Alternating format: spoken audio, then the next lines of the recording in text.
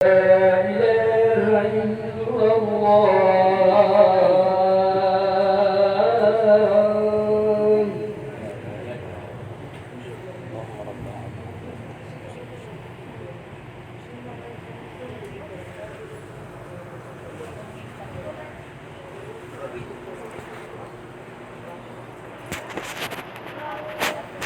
إن الحمد لله نحمده ونستعينه ونستغفره ونعوذ بالله تعالى من شرور أنفسنا وسيئات أعمالنا. من يهده الله فلا مضل له ومن يضلل فلا هادي له. أشهد أن لا إله إلا الله وحده لا شريك له وأشهد أن محمدا عبده ورسوله أرسله ربه تبارك وتعالى رحمة للعالمين وحجة على العباد أجمعين. ثم أما بعد فيا عباد الله اتقوا الله حق التقوى. اتقوا الله في السر والعلن حيث أمركم ربكم بذلك فقال جل شأنه: يا أيها الذين آمنوا اتقوا الله حق تقاته ولا تموتن إلا وأنتم مسلمون. والرسول صلى الله عليه وسلم قال: اتق الله حيثما كنت وأتبع السيئة الحسنة تمحها وخالق الناس بخلق حسن أو كما قال صلى الله عليه وسلم. Mga minamahal na kapatid sa Islam, mga Muslim, mga Muslimah, ating katakutan ang Allah subhanahu wa ta'ala ng tunay at tapat na pagkatakot. Ating katakutan ang Allah subhanahu wa ta'ala sa ating mga gawain, sa ating mga salita. Ating katakutan ang Allah subhanahu wa ta'ala saan man tayo naroroong panahon, saan man tayo naroroong lugar. Mga minamahal na kapatid sa Islam, sa maikling oras na ito mga kapatid, ating pagsaluhan ang isang napakahalagang paksa na kung saan ang bawat isang Muslim ay marapat itong malaman at maunawaan. Ang Allah subhanahu wa ta'ala ay nagbanggit sa kanyang banal na Quran: Ahum yaqsimuna rahmat rabbik. Sila ba ya Muhammad ang nagbahabahagi, nagdistribute, nagbahabahagi ng awa ng iyong Panginoon? Ahum yaqsimuna rahmat rabbik. Sila ba ang nagbahabahagi ng awa ng iyong Panginoon ya Muhammad? Nahnu qasamna bainahum ma'ishatahum fil hayatid dunya. Kami ang nagbahabahagi at nagdistribute ng kanilang ikabubuhay sa dunyang ito, sabi ng Allah subhanahu wa ta'ala. Ang kanilang mga biyaya at rizki, ang kanilang mga biyaya at mga kabutihan dito sa dunya, kami ang nagbahagi-bahagi nito, sabi ng Allah. وَرَفَعْنَا بَعْضَهُمْ فَوْقَ بَعْضٍ دَرَجَاتٍ. At aming itinaas, iniangat ang iilan sa iilan. لِيَتَّخِذَ بَعْضُهُمْ بَعْضًا سُخْرِيًّا. At nang sa gayon, sabi ng Allah, ang mga nasa itaas ay kanilang magamit ang nasa ilalim. At ang mga nasa ilalim naman, sabi ng Allah, sila ay makakuha ng benepisyo at kabutihan sa nasa itaas. وَرَحْمَةُ رَبِّكَ خَيْرٌ مِّمَّا يَجْمَعُونَ. At ang awa ng iyong Panginoon ya Muhammad, ang rahma, ang awa at ang habag ng iyong Panginoon ya Muhammad, khairun mimma yajma'un, ay mas lubos na mainam at mabuti kaysa sa kanilang mga pinag-iipon, kaysa sa kanilang nililikom sa mundong ito. Ating babanggitin mga alipin ng Allah subhanahu wa ta'ala ang mga gawain na kung gagawin ng isang Muslim, kung gagawin ng isang Muslimah, kanyang matatamo ang habag at awa ng Allah subhanahu wa ta'ala. Ang awa ng Allah, siyang pinakamainam na kikitain ng tao. Ang awa ng Allah subhanahu wa ta'ala, siyang pinakamainam na baon na babaunin ng isang Muslim, ng isang Muslima patungo sa kabilang buhay. Ang Allah subhanahu wa ta'ala, paulit-ulit niyang tinawag ang kanyang sarili sa pangalang Rahman. Paulit-ulit niyang tinawag ang kanyang sarili sa pangalang Rahim. Sa bawat pagdalit at pagbasa natin ng banal na Quran, hindi mawawala ang basmala o ang pagsabi ng Bismillahirrahmanirrahim. Sa ngalan ng Allah subhanahu wa ta'ala, ang Rahman, ang lubos na mahabagin, ang lubos na maawain. Ang Allah subhanahu wa ta'ala ay nag-utos sa atin na tayo ay dumalangin sa Allah sa kanyang pangalan na Rahman. Qul ud'u Allah aw ud'u Ar-Rahman ayyamma tad'u falahul asmaul husna. Sabihin mo ya Muhammad, kayo ay dumalangin sa Allah aw ud'u Ar-Rahman, o kayo ay dumalangin sa Rahman, sa Allah subhanahu wa ta'ala, ang lubos na mahabagin. Ayyamma tad'u, kahit saan kayo dadalangin dito, sabi ng Allah, falahul asmaul husna. Pagmamayari ng Allah, naaangkop sa Allah subhanahu wa ta'ala ang mga mabubuti at matataas na mga pangalan at katangian. Mga alipin ng Allah subhanahu wa ta'ala, ang unang gawain na kapag ginawa ng isang tao, sa kanya na ang awa ng Allah, matatamo niya ang awa at habag ng Allah subhanahu wa ta'ala. Una dito mga alipin ng Allah, al-ihsan. Ibig sabihin po ng al-ihsan sa Tagalog, ang pagiging mabuti. Ang pagiging mabuti sa mga Muslim at hindi Muslim. Ang pagiging mabuti sa mga pamilya, sa asawa, sa may bahay, sa mga kamag-anak, sa mga magulang, at sa lahat ng mga nilalang nakakilala ng isang Muslim at hindi niya kakilala. Kaano-ano niya man o hindi niya kaano-ano. Ang Allah subhanahu wa ta'ala ay nagbanggit sa suratul Nahl, sa suratul A'raf, inna rahmatallahi qaribun minal muhsinin. Tunay na ang awa at habag ng Allah subhanahu wa ta'ala ay napakalapit sa mga taong matutuwid, napakalapit sa taong mabubuti. Alipin ng Allah subhanahu wa ta'ala, o isang Muslim, o Muslima, ikaw ay maging mabuti sa mga tao. Ikaw ay maging mabuti sa iyong mga magulang. Ikaw ay maging mabuti sa iyong asawa. Ikaw ay maging mabuti sa iyong pamilya, sa mga anak. Ikaw ay maging mabuti sa iyong mga customer. Ikaw ay maging mabuti sa lahat ng mga taong iyong nakasasalamuha, araw-araw, gabi-gabi. Lalapit sa iyo at iyong matatamo ang awa ng Allah subhanahu wa ta'ala. Pangalawa mga alipin ng Allah subhanahu wa ta'ala, taqwallah, ang pagkatakot at ang pangingilag sa mga kasalanang ipinagbawal ng Allah subhanahu wa ta'ala.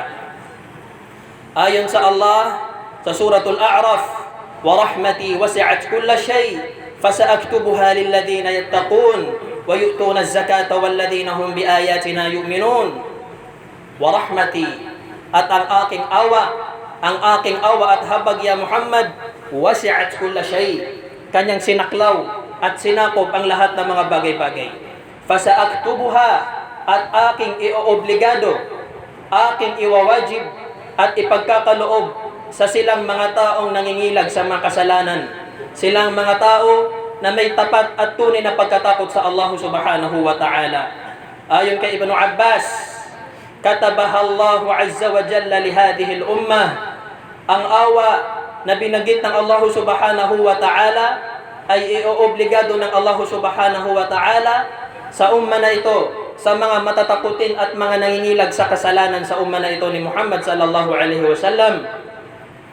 Isa sa mga gawain at katangian na nagiging kadahilanan ng pagtamo at pagkuha ng awa ng Allah subhanahu wa ta'ala ay ang pagiging maawain.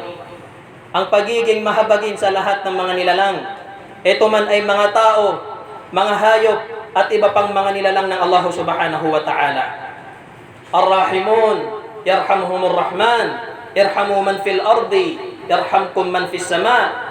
Ayon sa ating mahal na propeta Muhammad sallallahu alaihi wasallam, Ar-Rahimun, silang mga maawain, silang mga mahabagin, yarhamuhumur Rahman, sila ay kakaawaan at kahahabagan ng tunay na mahabagin, tunay na maawain ang Allah subhanahu wa ta'ala.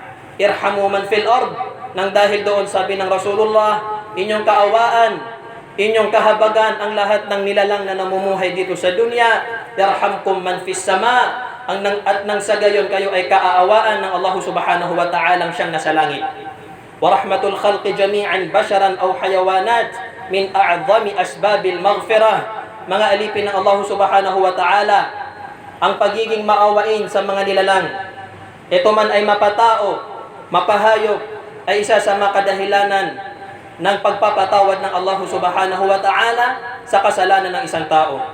An Abi Hurairah radhiyallahu an, naiulat ni Abu Hurairah radhiyallahu an, nakatunayan ng Rasulullah sallallahu alaihi wasallam ay nabanggit niya sa kanyang mga kwento. Bainama rajulun yamshi bi tariq, mayroong isang lalaki na siya ay naglalakad sa kainitan ng disyerto. Idh ishtadda alayhi al-atash, at siya ay tinamaan ng napakatinding pagkauhaw. Fawajada bi'ran, at siya ay nakakita ng isang bi'ir, isang balon. Fanazala fiha, at siya ay nagmadali at bumaba dito sa balon na ito. Fashariba wa kharaja, at siya ay uminom at napawi ang kanyang uhaw, at siya ay lumabas pagkalaon. Faida kalbun yalhath ya'kulu thara min al-atash, at sa paglabas niya, mga kapatid ng Allah, ayon sa ating mahal na propeta sallallahu alaihi wasallam, siya ay nakakita at nakatagpo ng isang aso. Aso, mga kapatid ng Allah subhanahu wa ta'ala, at hindi tao. Sa sobrang pagkauhaw ng aso na yon, mga alipin ng Allah subhanahu wa ta'ala, lumuwa ang kanyang dila at kanyang dinidilaan ang buhangin. Faqala ar-rajul, at napagtanto at naisip ng isang lalaking yon, laqad balagha hadal kalba min al-atash, tunay na yang aso na yan ay tinamaan ng matinding pagkauhaw, katulad kung papaano sa akin tumama. Fanazala al-bi'ra famala'a khuffahu, ang ginawa ng lalaking yaon, mga alipin ng Allah, siya ay bumaba sa pangalawang pagkakataon sa balon na yaon, at kanyang pinuno ang kanyang sapatos, ang kanyang pangyapak ng tubig. Thumma amsaka bifihi hatta raqiya, at kanyang pinainom bilang awa at habag ang aso na yaon. Fasaqal kalb, at uminom ang aso, at ang Allah subhanahu wa ta'ala, fasyakarallahu lahu faghafara lah, hindi papayag ang Allah subhanahu wa ta'ala, mga alipin ng Allah, na ang kanyang alipin ay mas mahabagin sa kanya. Ang Allah subhanahu wa ta'ala ay mas lubos na mahabagin, maawain kaysa sa nanay sa kanyang mga anak. At sinabi ng ating mahal na propeta sallallahu alaihi wasallam, ang Allah ay nagpasalamat sa kanya, sa lalaking yaon, at pinatawad ang kanyang mga kasalanan. Nang nadinig ito ng mga sahaba, mga alipin ng Allah, sila ay napatanong at na-curious. Sila ay napatanong sa ating mahal na propeta sallallahu alaihi wasallam, Ya Rasulallah, o sugo ng Allah, wa inna lana fil bahaimi la ajra, kami po ba ay makakatamo ng gantimpala dahil sa aming pagiging mabuti sa mga hayop?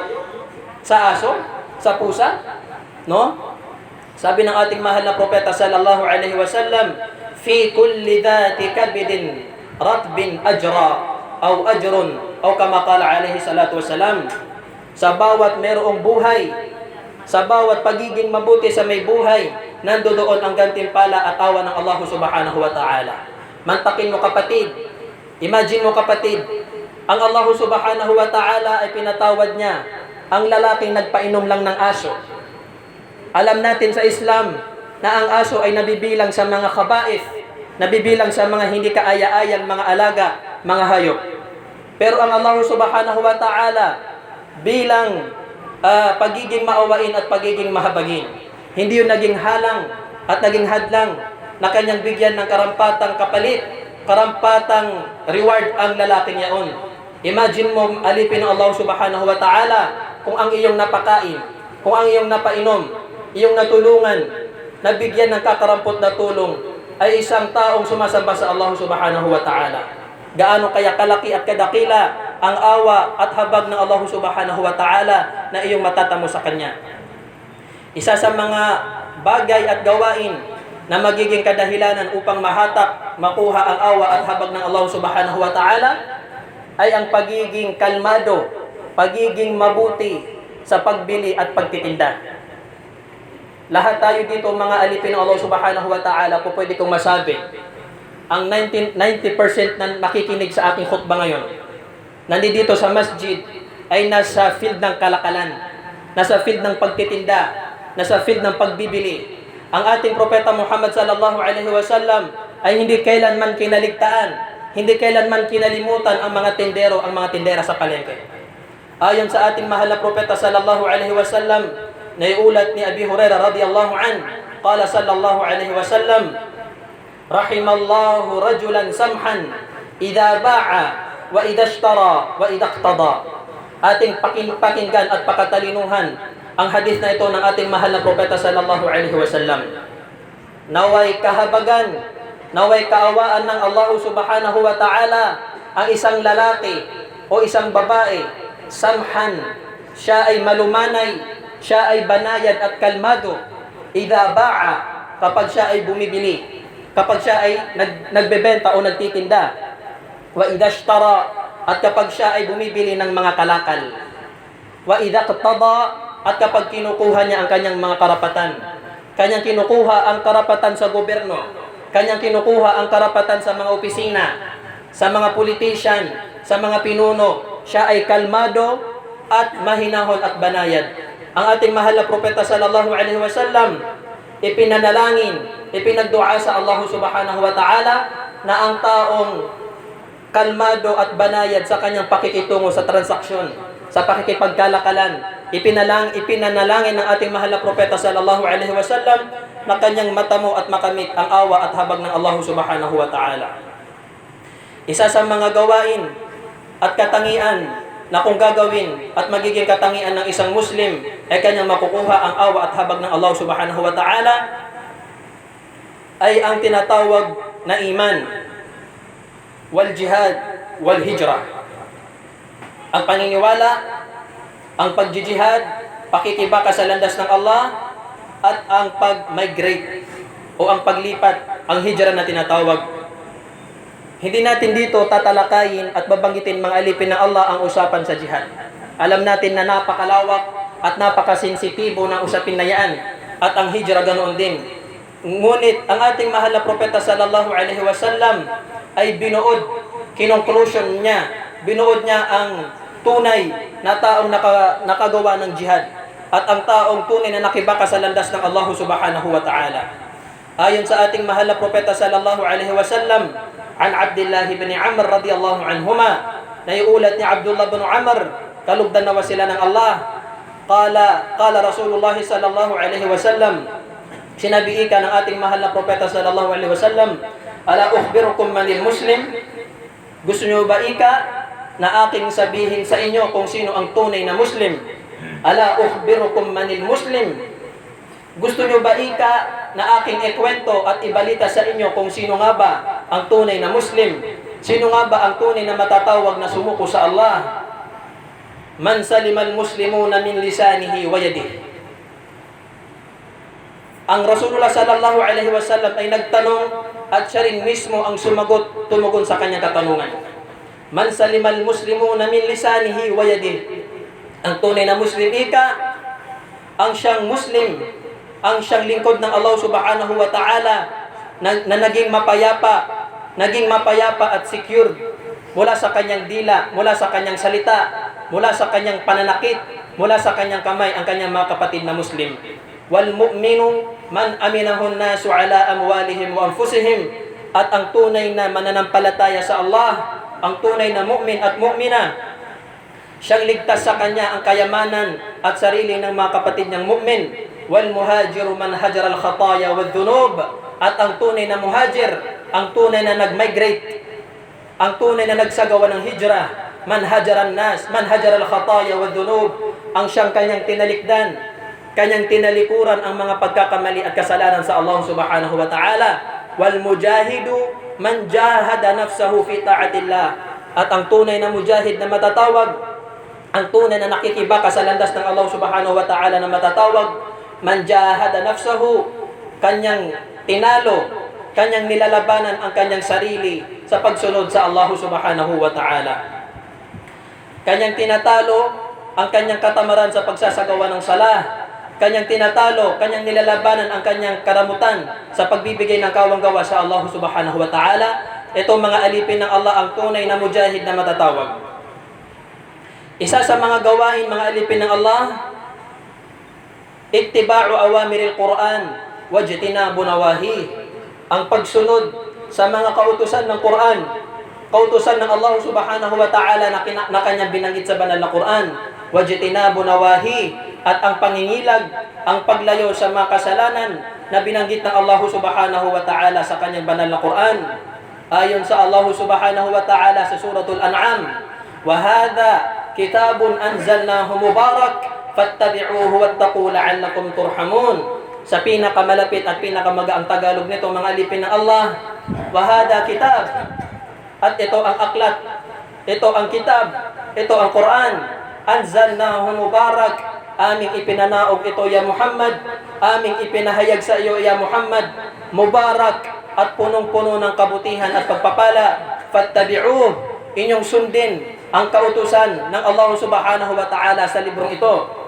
Inyong talikdan at pakalayuan ang mga pagbabawal na ipinagbawal ng Allah subhanahu wa ta'ala sa aklat na ito. Wattaqu, at inyong katakutan ng Allah, la'allakum turhamun, nang sa gayon mga alipin ng Allah, kayo ay kaawaan ng Allah subhanahu wa ta'ala. Mga alipin ng Allah subhanahu wa ta'ala, isa sa mga gawain na napakagaan at hindi tayo mahihirapan, al-istima' wal-insat li tilawatil Qur'anil Karim. Ang pakikinig at ang pagtahimik sa tuwing nang binabasa, sa tuwing nang dinadalit ang banal na Qur'an. Ayon sa ating Panginoon, wa idha quri'a al-Qur'anu fastami'u lahu wa ansitu la'allakum turhamun. Kapag dinadalit ya Muhammad, kapag binabasa ang banal na Qur'an, ang mga talata ng Qur'an, fastami'u lahu, kayo ay makinig dito, wa ansitu, at kayo ay tumahimik at inyong itigil ang inyong mga gawain, la'allakum turhamun, nang sa gayon kayo ay kaawaan ng Allah subhanahu wa ta'ala. Ang pakikinig, mga alipin ng Allah subhanahu wa ta'ala ng Quran, ay hindi kinakailangan ng lakas, hindi kinakailangan ng pera, hindi kinakailangan ng kilos. Ang pag-upo mo sa iyong tindahan, ang pag-upo mo sa iyong bahay, sa iyong tahanan, sa iyong sasakyan, na habang ikaw ay nakikinig sa pagdalit ng banal na Quran, ang Allah subhanahu wa ta'ala ipinangako sa aya na ito na iyong matatamo ang kanyang awa at habag. La'allakum turhamun, nang sa gayon sabi ng Allah, inyong makamtan at matamo ang awa at habag ng Allah subhanahu wa ta'ala. Isa pa doon, mga alipin ng Allah, ayon kay Ibn Baz rahimahullah, Sheikh Ibn Baz rahimahullah, ang taong nakikinig ng banal na Quran, ang taong nakikinig sa taong nagbabasa ng Quran, kanyang matatamo ang gantimpala ng taong nagbabasa ng Quran. Sawaan bisawa, pantay ang kanilang reward, pantay ang kanilang gantimpalang matatamo sa kanyang pakikinig at sa pagbabasa ng taong yun. Mga alipin ng Allah subhanahu wa ta'ala, ating sulitin ang mga gawain ito, ang ating mga nabanggit na mga katangian at gawain na ito, nang sa gayon ating makuha at matamo ang awa, ang habag at kaluguran ng Allah subhanahu wa ta'ala. Aqulu ma sami'tum wa astaghfirullaha li wa lakum wa lisairil muslimina min kulli dhanb fastaghfiruhu fayafuza fawzal mustaghfirin.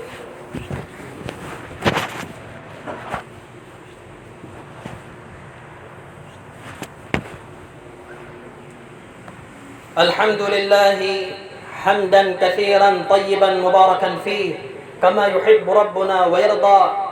ثم الصلاة والسلام الأتمان الأكملان على خير خلق الله وعلى آله وأصحابه ومن والاه. ثم أما بعد, mga alipin ng Allah, mga Muslim at mga Muslimah, isa sa kadahilanan ng pagkuha at pagtamo ng kapatawaran at habag ng Allah subhanahu wa ta'ala ay ang paghingi sa Kanya ng kapatawaran at pasensya. Ayon sa Allah sa suratul Naml, laula tastaghfiruna Allah la'allakum turhamun. Kung kayo, o mga tao, o aking mga alipin, ay hihingi ng kapatawaran sa Allah subhanahu wa ta'ala, magkagayon sabi ng Allah, kayo ay kaaawaan at kahahabagan ng Allah subhanahu wa ta'ala.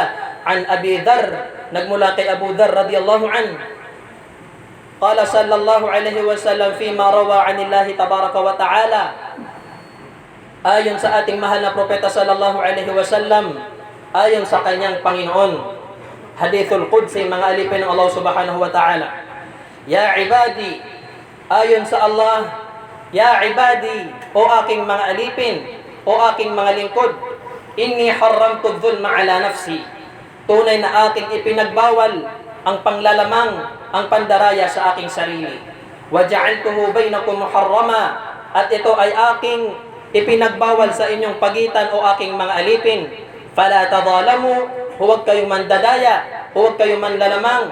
Ya ibadi, o aking mga alipin, kullukum dal illa man hadaytu.